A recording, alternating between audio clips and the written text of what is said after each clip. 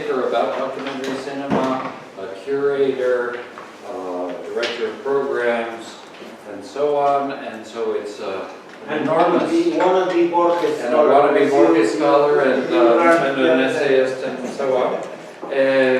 This week we, a bunch of people over the weekend saw the extraordinary documentary that Andres and Ricardo Piglia did about Macedonio Fernandez for the Argentine Public Television Network. In Junior Veronica Kim's class, there's Veronica.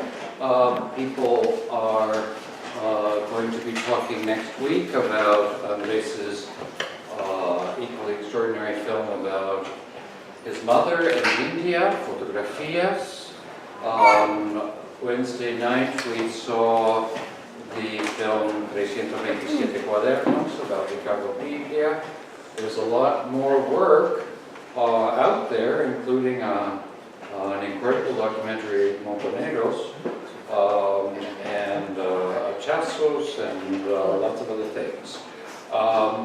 Today, Andres is going to show some work in progress. We talked about this in my class on Borges and in the session on Macedonio on Wednesday, and so we're looking forward to seeing some of the use of the found material. Those of you who saw the Piglia film on Wednesday got a sort of preview of the direction in which Andres' work is going. And then I'll just go ahead and do the introductions for the other two people now, because then we can go from Andres' presentation to the discussion. So two very accomplished scholars of Argentina and film have joined us today. Laura Podolsky, who's the chair of Spanish and Portuguese at Ohio State University. She did her PhD at Tulane some years ago under the direction of Ana Lopez and me. This was one of the great dissertations to be involved in because Laura's curiosity and knowledge took her all sorts of places, and it ended up being published as a great book, which includes a section about the University of Pittsburgh, Specular City, Transforming Culture, Space, and Consumption in Buenos Aires, 1955-1973. So the period from the fall of Perón to the return of Perón. Since then, she's published a book, a very fine book, The Politics of Affect and Emotion in Contemporary Latin American Cinema, Argentina, Brazil, Cuba, and Mexico, 2011. And just a couple months ago, Ana Lopez, Marvin de Lugo, and Laura published an extraordinary Routledge Companion to Latin American Cinema with several dozen collaborators, and a work that really brings together a lot of different lines of research on Latin American cinema. Our other commentator on Andres and on Andres' project and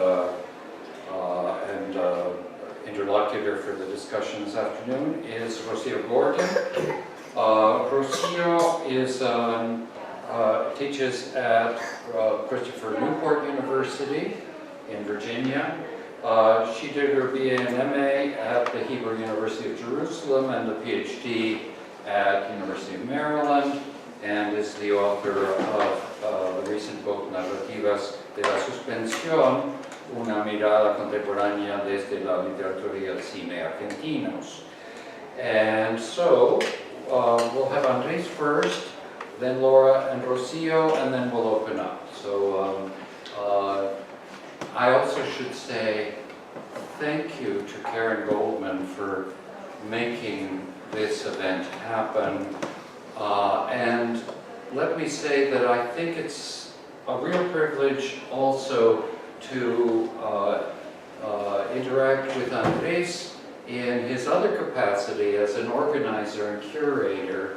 And I don't know when and how we're going to get there, but we really hope that the University of Pittsburgh and Andres Di Tella have some future arrangement, perhaps like the Latin American Documentary Festival that he put together for quite a few years at Princeton, I think from 2002 to 2011. So, Andres Di Tella.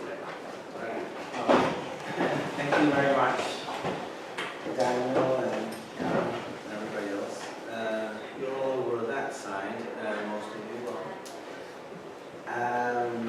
I'm going to talk a little bit about one of the projects I'm working on currently, together with my daughter Lola, and maybe lead on later to a discussion as to the use of so-called found footage, found material, found photographs in this case. So I would just like to start by reading something. It's a poem by Elizabeth Bishop called One Art. The art of losing isn't hard to master. So many things seem filled with the intent to be lost that their loss is no disaster. Lose something every day, except the fluster of lost door keys, the hour badly spent. The art of losing isn't hard to master. Then practice losing farther, losing faster, places and names, and where it was you meant to travel. None of these will bring disaster. I lost my mother's watch, and look, my last or next to last of 3 loved houses went. The art of losing isn't hard to master. I lost 2 cities, lovely ones, and vaster, some realms I owned, 2 rivers, the continent. I miss them, but it wasn't a disaster. Even losing you, the joking voice, a gesture I love, I shan't have lied. It's evident the art of losing is not too hard to master, though it may look like righted a disaster. The One Art is the Bishop. So when we talk about found footage, found material, found photographs, we often forget the obvious, that in order to be found, they had to be lost. And what they lost, these materials, what they lost getting lost, is what I'm interested in. As I mentioned before, well, let me just make a brief foray into something else. That's the use of found footage as distinct from using found photographs, which is a different. So found footage meaning film, found film. So a couple of years ago, the Museum of Cinema in Buenos Aires, that's doing a lot of work trying to rescue all these archives that as I mentioned at the talk after the film, you know, the material from a newsreel, the outtakes from a newsreel that I used in 327 notebooks was found in a dumpster on the street, and somebody somehow got word of that to people at the film museum, and they went in, in their cars and loaded them up with these cans of film that turned out to be like 30 years of, well, Argentine history. And we working, actually screening the material for the first time in Moviola. It's very exciting. So the Museum of the Cinema asked me to do something to promote their work, and we can start there. They asked several filmmakers to do little shorts based on. They gave a series of filmmakers the same two newsreels, and we have to do something with that. Very short. So this is, I think it's like three or 4 minutes. Can we turn off the light? I'm going to be asking for this repeatedly. Yeah.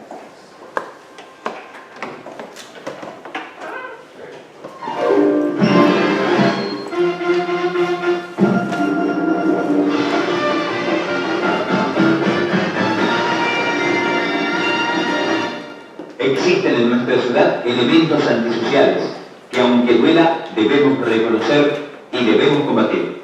Cuesta comprender el espíritu destructivo de cierta gente.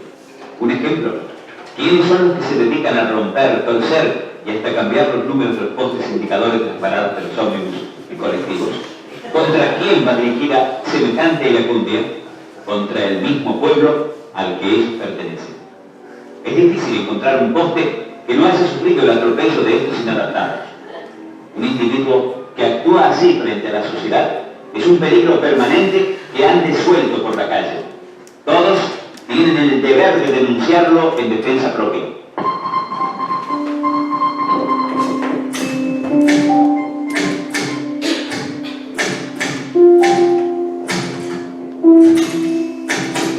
Existen en nuestra ciudad elementos antisociales.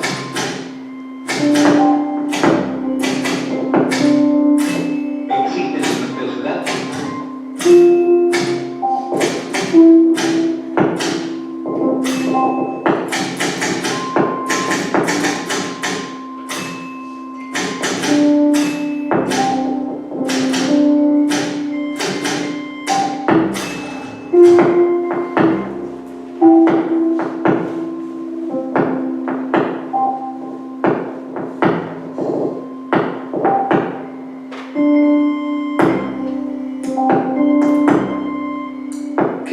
Queridísima Felice, querrás reflexionar y llegar a una conclusión respecto a si quieres ser una mujer. ¿Querrás hacerlo? Piensa, Felice, en el cambio que el matrimonio ocasionaría en nosotros, lo que perdería y ganaría cada uno. Yo perdería mi soledad, que en su mayor parte es horrible, y te ganaría a ti, a quien amo por encima de todo. En cambio, tú perderías la vida que has llevado hasta ahora, con la que te sientes satisfecha casi por completo. Perderías Berlín, esa oficina que te gusta, a tus amigas, los pequeños placeres, la perspectiva de casarte con un hombre sano, alegre y bueno, de tener hijos guapos y sanos que, si te detienes a pensarlo, ansías. En lugar de esta nada despreciable pérdida, ganarías un hombre enfermo, débil, huraño, taciturno, triste, inflexible, casi sin remedio, cuya tal vez única virtud consiste en que te quiere.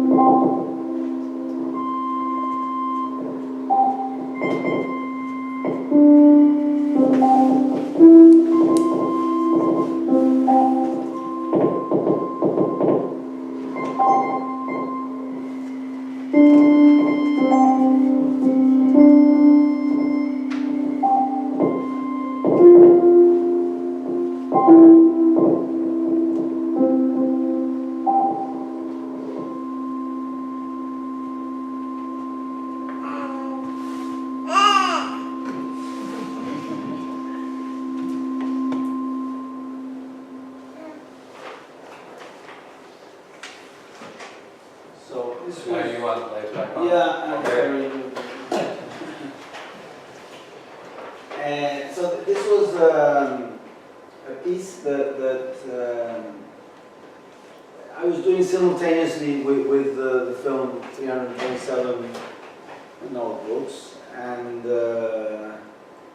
anyway, it's kind of prueba piloto or reduced kind of tryout of certain techniques of what to do with found footage.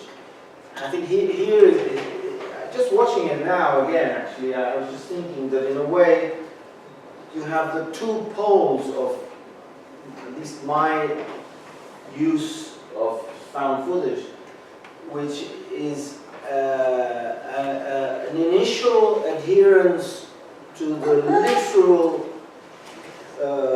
source of the material. In this case, the newsreel Sucesos Argentinos, that was, I think, from the 1950s to the 1970s, screen in the cinemas. It was news in the cinemas. And then it just became basically advertising in the cinemas. And so you see the beginning, the actual beginning of the newsreel with the number. And in fact, the name of the film, my short, which I never remember, I can't remember, it's the date of the newsreel. And so when people ask me, I just don't remember the name of my work, which is not really good. But so at the beginning, it's literally, it's like you're watching the newsreel. Of course, I chose kind of simpatico moment with this kind of absurd injuncture to you know, denounce these vandals who are endangering our lives in the city. And then there was another, these are just the items in these two newsreels. You know, each newsreel is about 5 or 7 minutes long, so there isn't that much material in there. That's pretty much that whole piece, I think, absolutely in its entirety, which is something I discovered doing a film called Prohibido, which I made, I think, 95, which was a documentary about what happened to Argentine arts and culture during the military dictatorship of 76 to 83.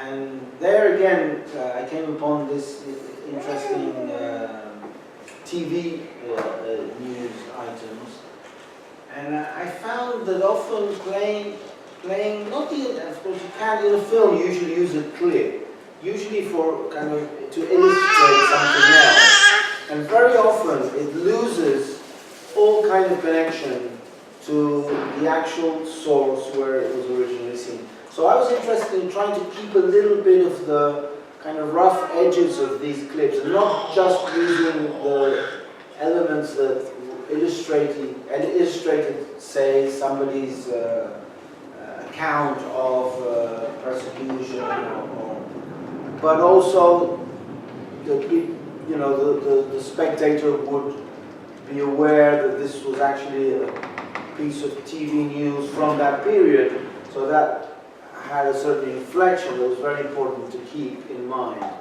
It wasn't just a piece of reality, but it was a piece of a news show. And so I enjoyed leaving like the rough ends where, since a lot of these, as I explained the other day, a lot of these news shows were the notas exteriores, stuff that was shot like outside the studio or wherever, was done on film. They shot it on 16mm film, and then they processed it very quickly, and then went on to edit maybe 30 seconds into the broadcast, the news broadcast, and then the rest was put away. That's where the outtakes from the Piglia film come from.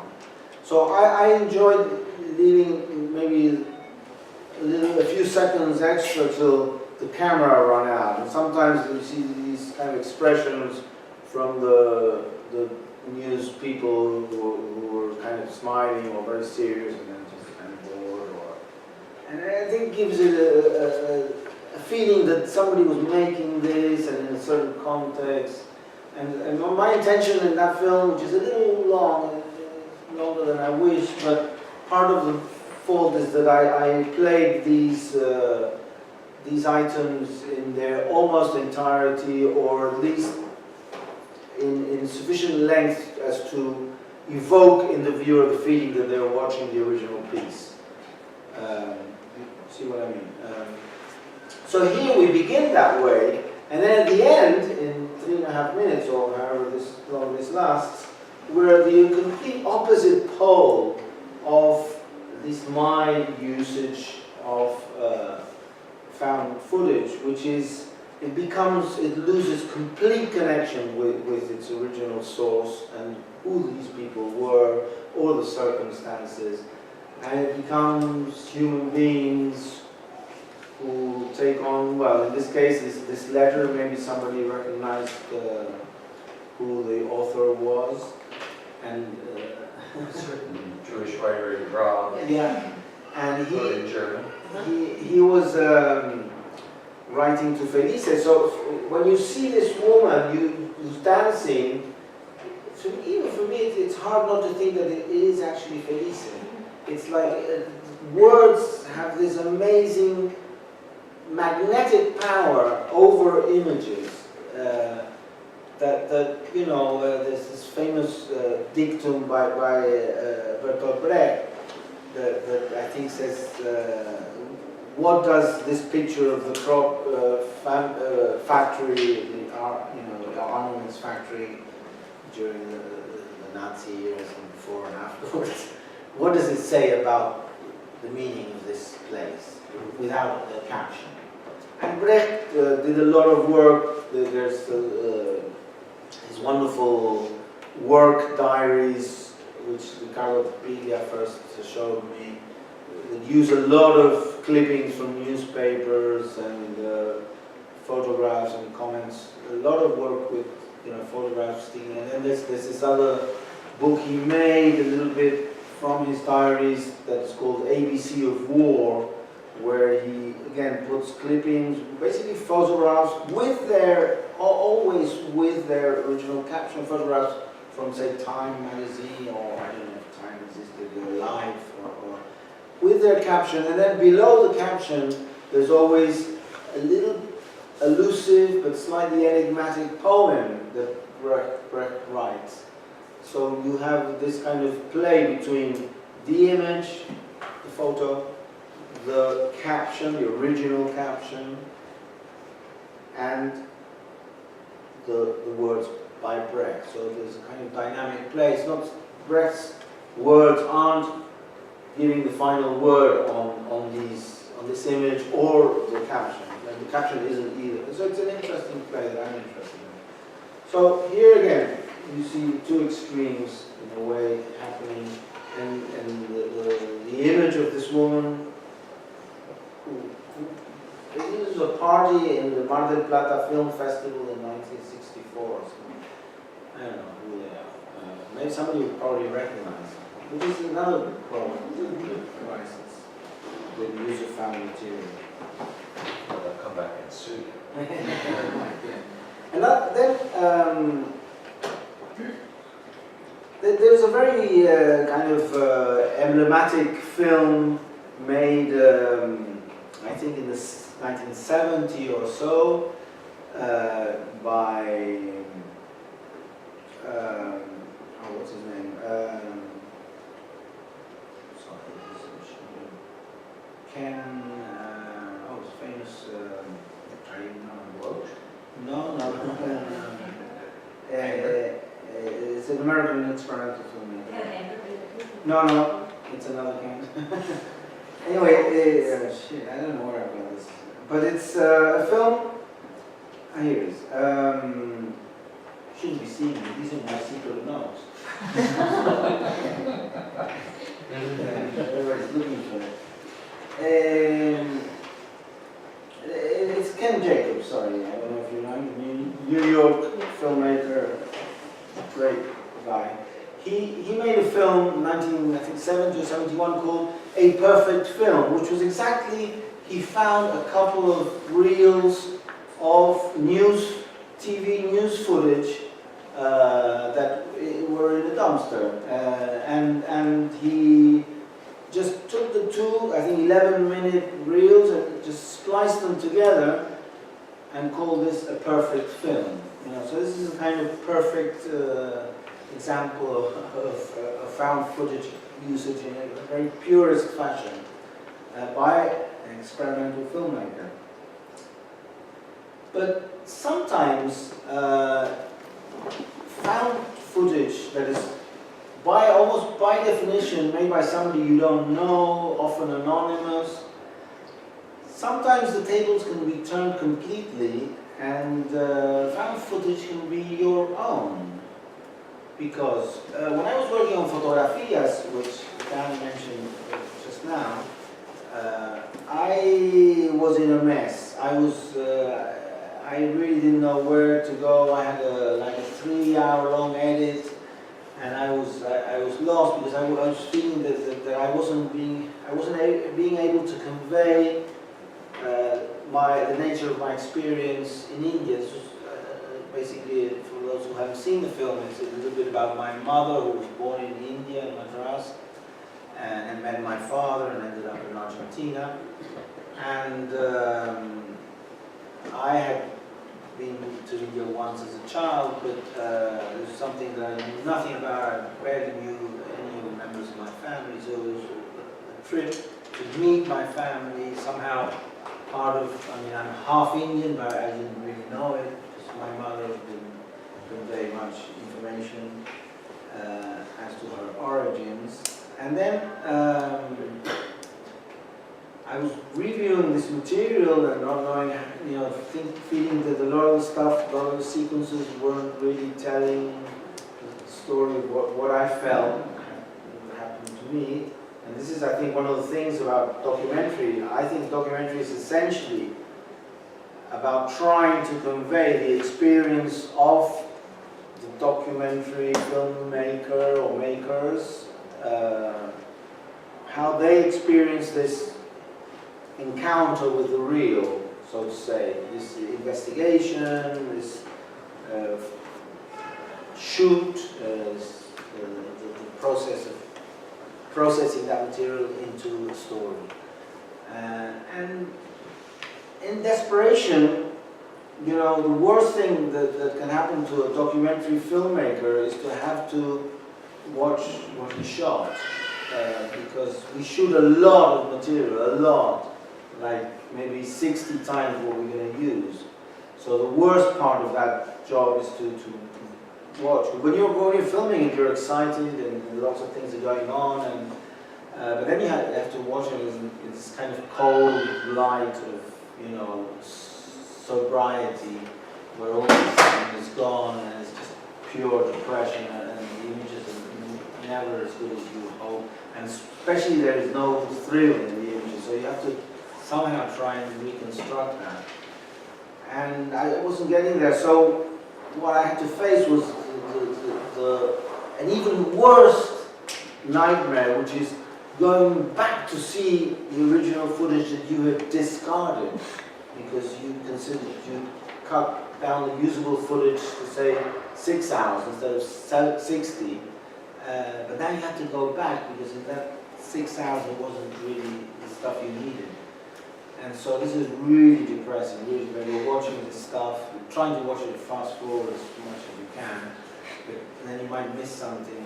And then I came across this scene, which is a typical scene that is very nice to find because it's you discard it immediately, which are those problems in the camera. It was simply the cameraman, who's called Kino Gonzalez, was was about to no, he had just shot something, and so it was raining, and so he was cleaning the lens of the camera, and he forgot to turn the camera off. And so this is the scene that emerges. If we can, it's in Fotografias, here it is.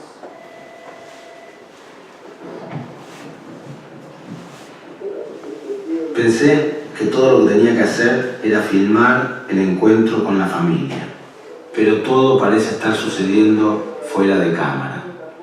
No sé qué filmar. Me cuesta explicar qué estamos haciendo. No tenemos horarios. Yo tengo comportamientos así importantes. Pero no, ayer nosotros llegamos, tuvimos 1 hora y media esperando la filmación.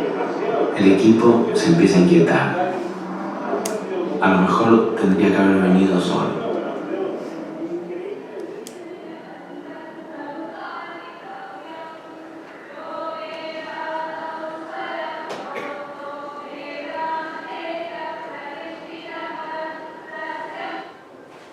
So that's it. It's just that scene. I mean, basically the cameraman, my friend Kino Gonzalez, is bitching about the director who's and now comes to the shoot 1 hour late, and we're in India, for God's sake, and it's raining. And of course, I was trying to deal with this family that were hosting us, and some of the best things were happening over lunch or dinner, and the crew, there was just a very small crew, the camera and sound and production assistant, they couldn't really shoot when we were eating, because they were eating too, and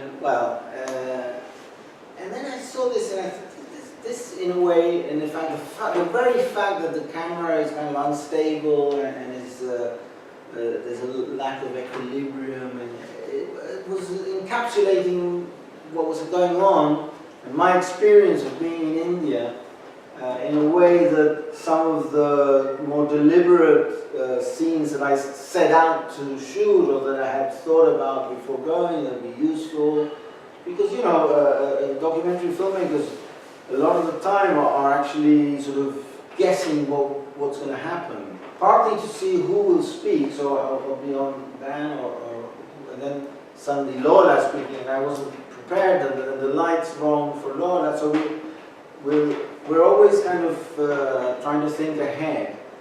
And everything I thought ahead was wrong, and nothing was coming out of it, and stuff that wasn't deliberate, that was accidental, was often more illuminating and more true to the situation. So that's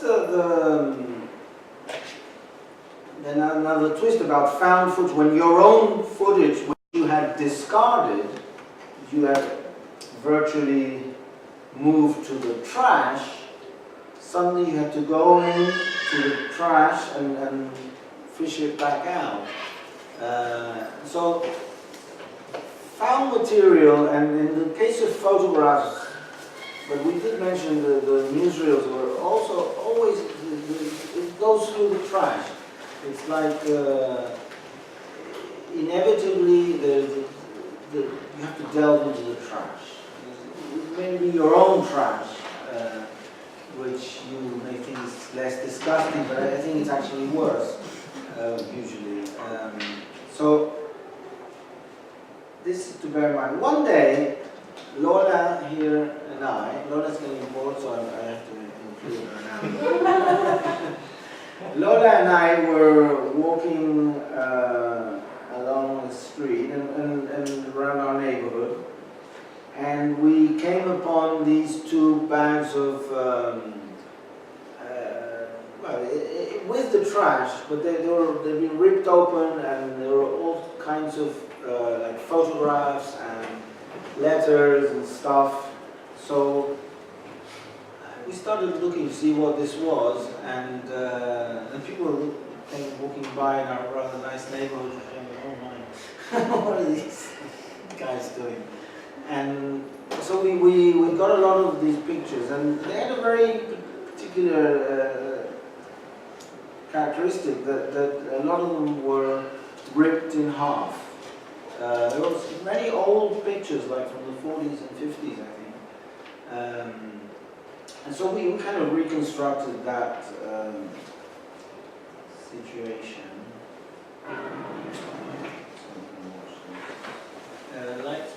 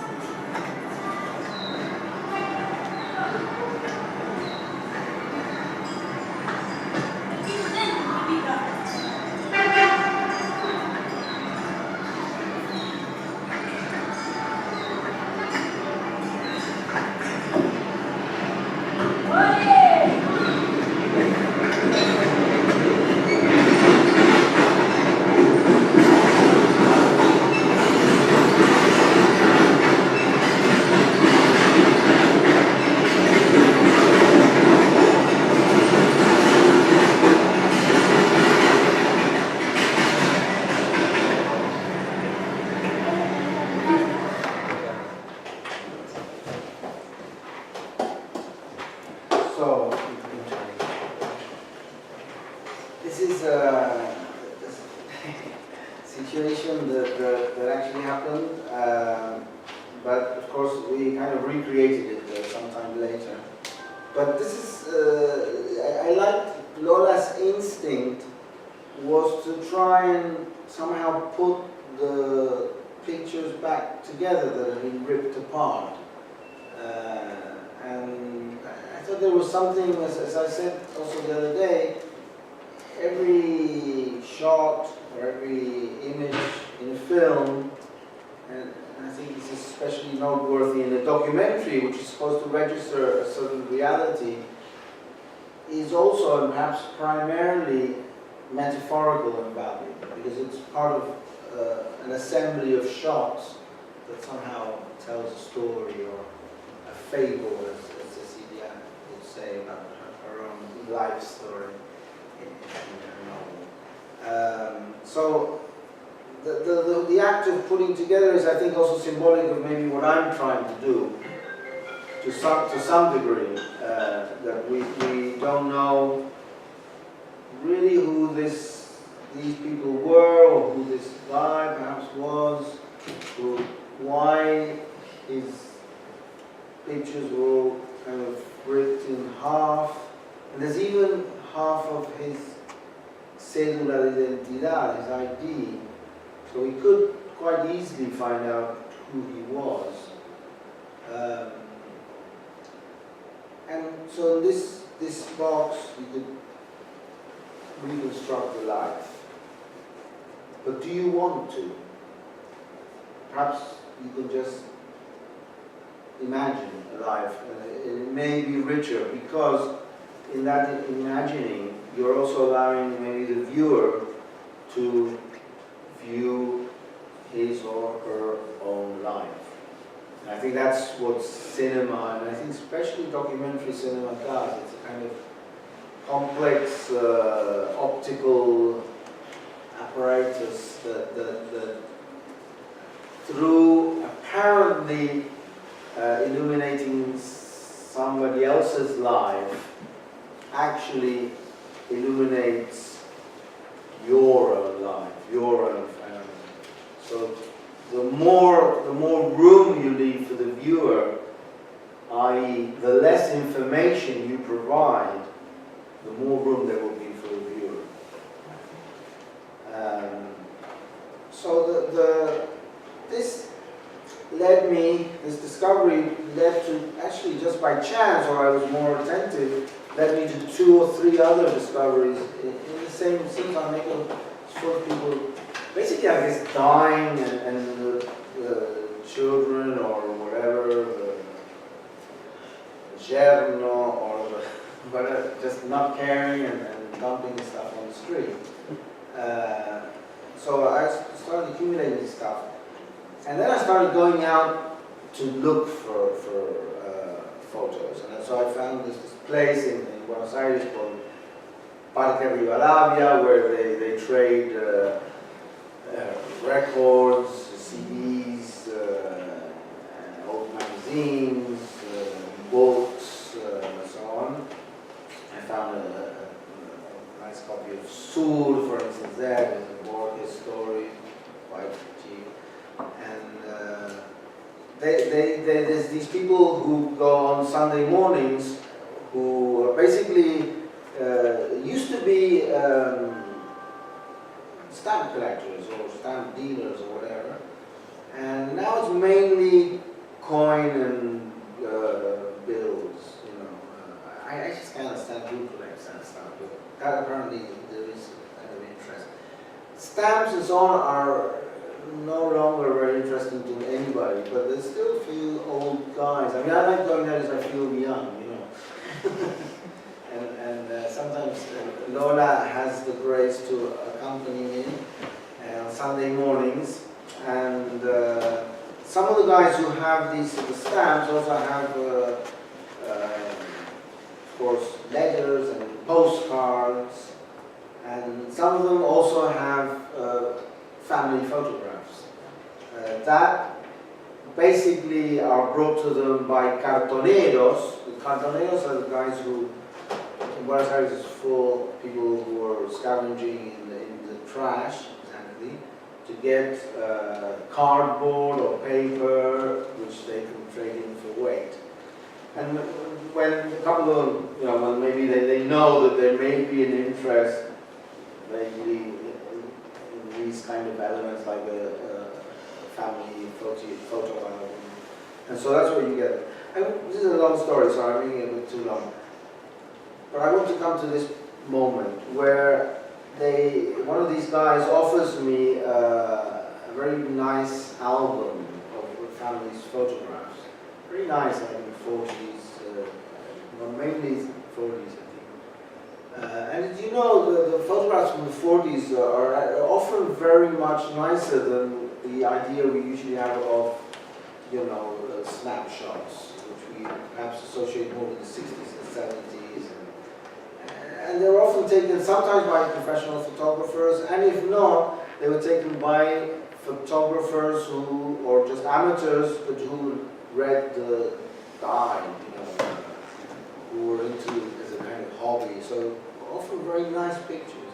So in this case, there were some very nice pictures, but I didn't want to take the whole album for many reasons. Too much what they were asking for, and I just didn't want to have the album. But there were 3 or 4 pictures that I really liked.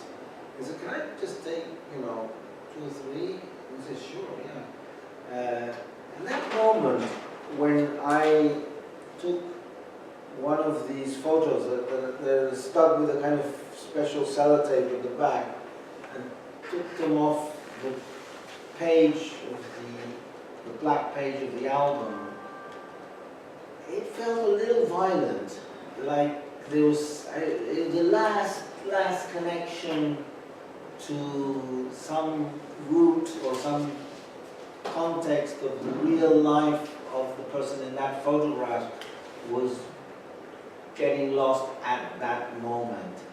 And it's almost as if the photograph had roots that were kind of being uprooted, and the roots were kind of bleeding, and it was staining me, the drops of blood. I mean, I was exaggerating a little, but at the same time, of course, this was coming out of the trash, so not much of a loss, you could say. But this idea that this document of someone's life was in the process of becoming something else partly through my intervention, is a little sad and a little sinister. Also, I use the word sinister in the Spanish sense. It's the Spanish translation for the Freudian term unheimlich, which I think in English is uncanny, right? Or unhomely, some have said more recently.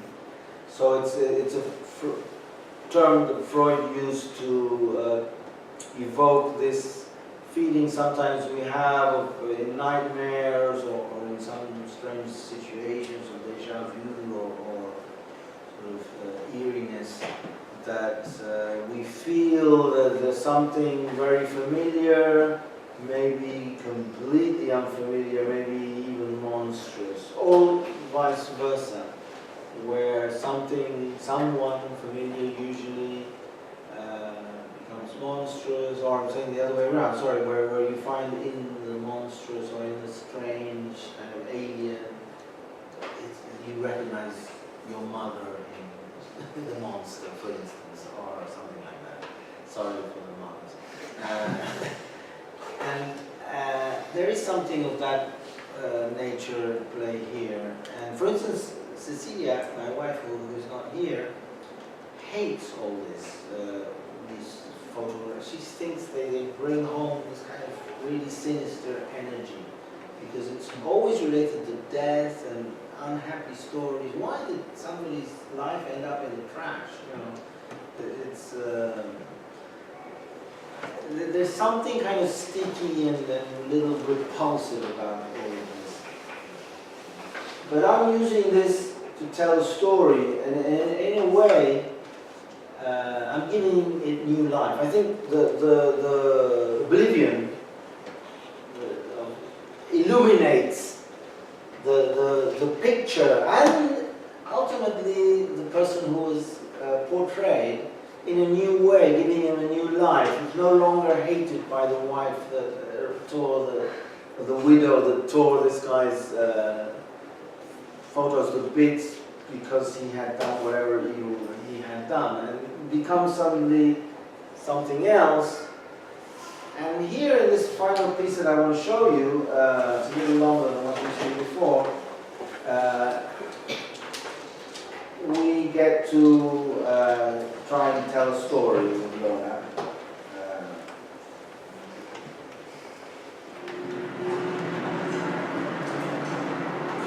With these photos.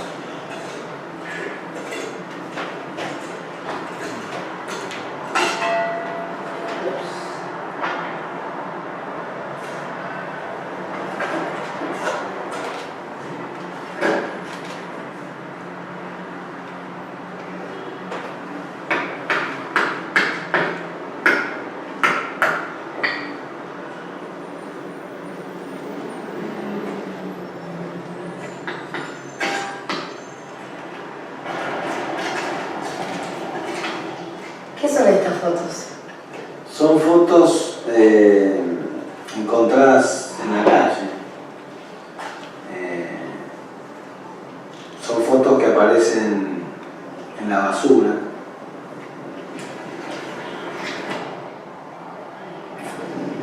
Fotos que aparecen cuando alguien se muda, cuando alguien se separa, cuando alguien se muere.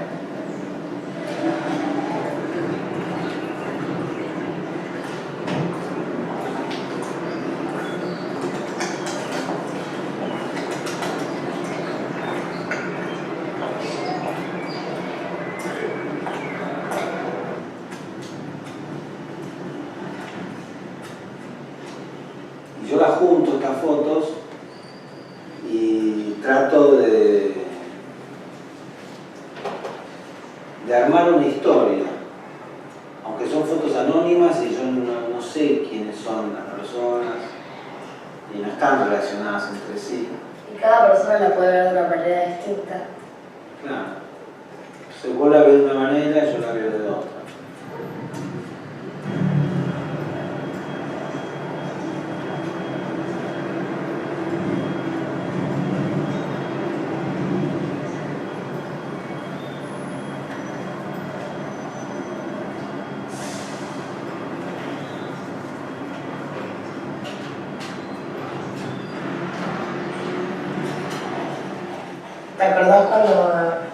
encontramos fotos encontramos una bolsa, o sea, 3 bolsas enormes de basura, pero que tenían todas adentro fotos así, fotos viejas, como que estaban como todas partidas por la mitad, estaban todas rotas, no sé, porque capaz como que no sé si había muerto esa persona o había pasado algo con esa persona, no sé. Esa puede ser la historia. Alguien se muere y ¿qué pasa? ¿Cómo sigue?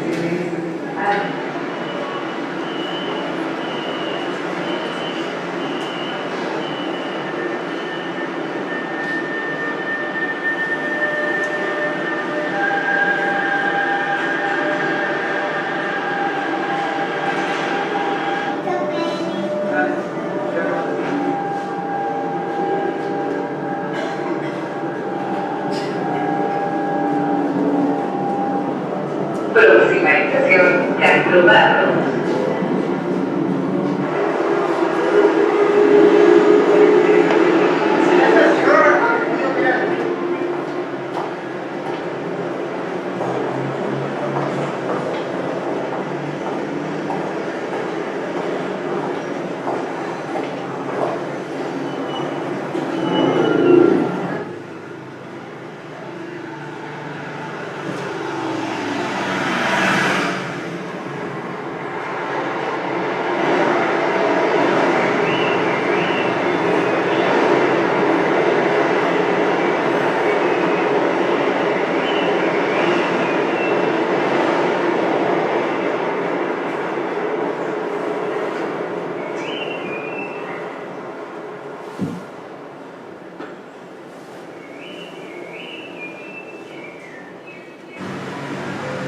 Ah, la vista está buenísima. ¿Por qué te gusta esta?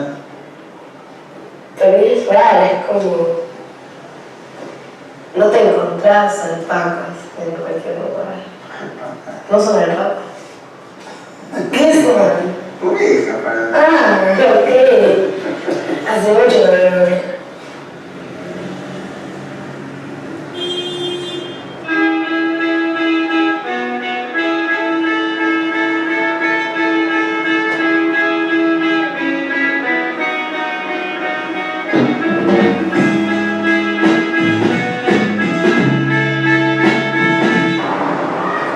Esa la elegí yo. Esta me encanta.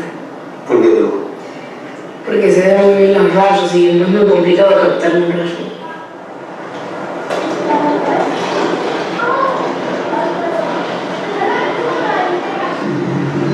¿Sabes qué decir simbólico? No. Simbólico es... Ah, sí. Algo simbólico, algo que tiene un sentido. Es como que simboliza, que simboliza como otras cosas. Exacto. Por ejemplo, el faro. Podría ser simbólico a los barcos, no sé a qué. Y también te ilumina. Sí, es verdad. Es algo que te guía en la noche. Y la noche, cuando uno dice la noche, es como en la oscuridad, la confusión, no sabes muy bien para dónde ir. Yo nunca veo un faro.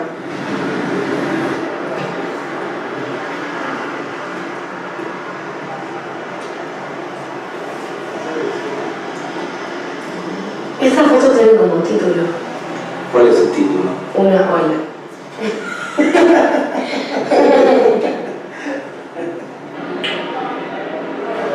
¿Listo? ¿Qué es esto? Una fotografía. Están entrenando para la guerra.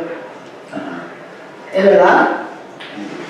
Para mí el tipo estuvo en una guerra, o estuvo entrenando para la guerra. ¿Y cómo le sacaron una foto?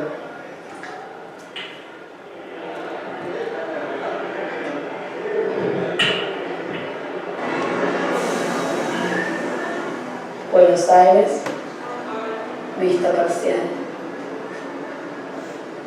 ¿Y qué quiere decir vista parcial? Es algo como que lo ven de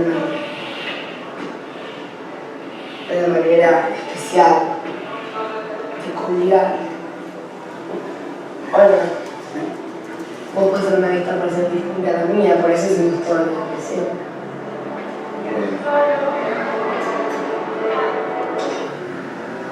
¿Y acá? Osos encerrados en un zoológico. Y es como que el tipo está atrapado. Tienes. El personaje de toda esta foto. Yo estoy inventando un personaje, eso es lo difícil, que es como un personaje que atraviesa todas estas fotos. Y en realidad estas fotos son totalmente, no tienen nada que ver una con otra, entonces es muy difícil hacer esa hilación que solo la hago yo en mi cabeza. Pero lo podés compartir. Sí. Eso es una historia.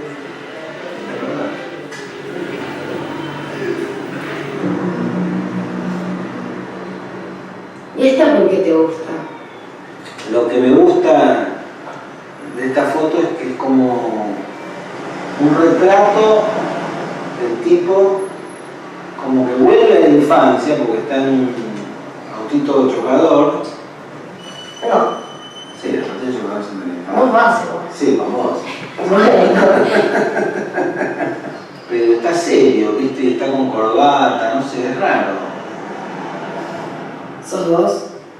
No, el tipo. El tipo.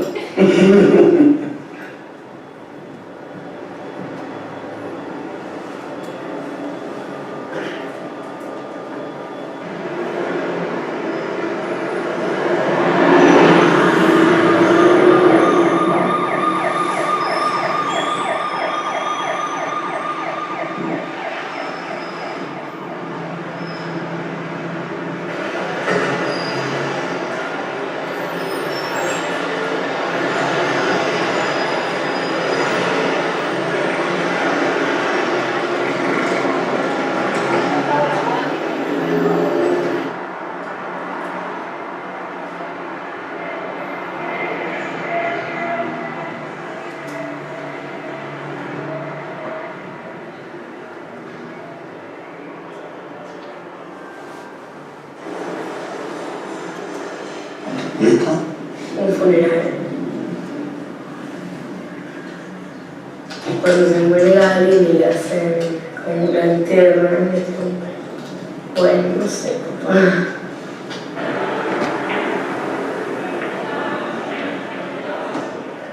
Ah, la casa queda vacía. ¿Eso pensaste vos? Eso pensé, exactamente. Es buenísimo. Como que se muere alguien y va todo el mundo, es como que la casa queda, no está habitada.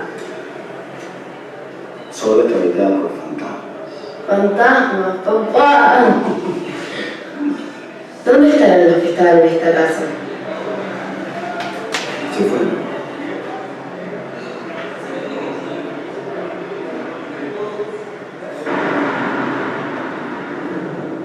Esto es una cosa que ya casi no existe más. Se llaman radioaficionados. Radioaficionados. Radioaficionados. Era gente que se comunicaba a través de la radio, con gente de otros países. Pero yo pienso, así como los tipos se comunicaban con alguien en China, esto es también como querer comunicarse con Con los espíritus. los muertos, los espíritus. Yo con mi papá, por ejemplo, sigo hablando. ¿En serio?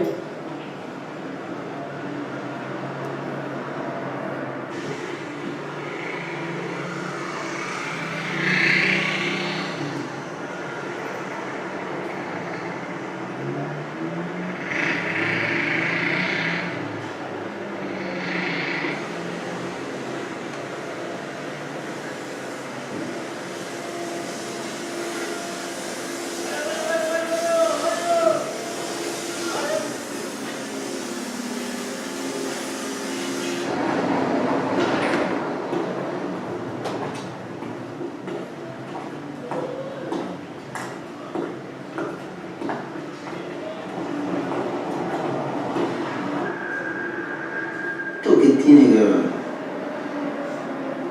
Que como que le entregan las cosas de la hija, como las propiedades. Mira. ¿Vos qué has pensado?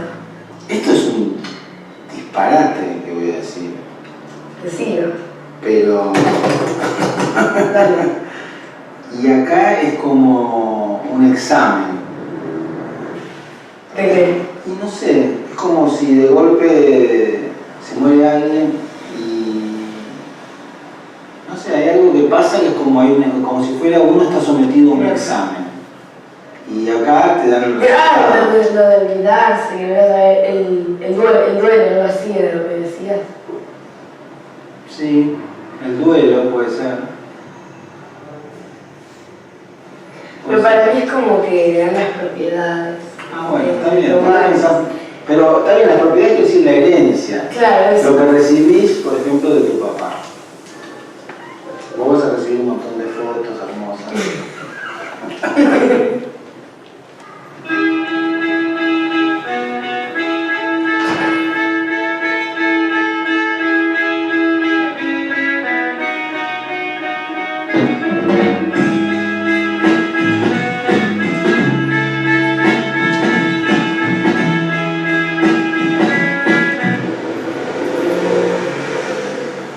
Bueno, ahora te toca a vos inventar una historia.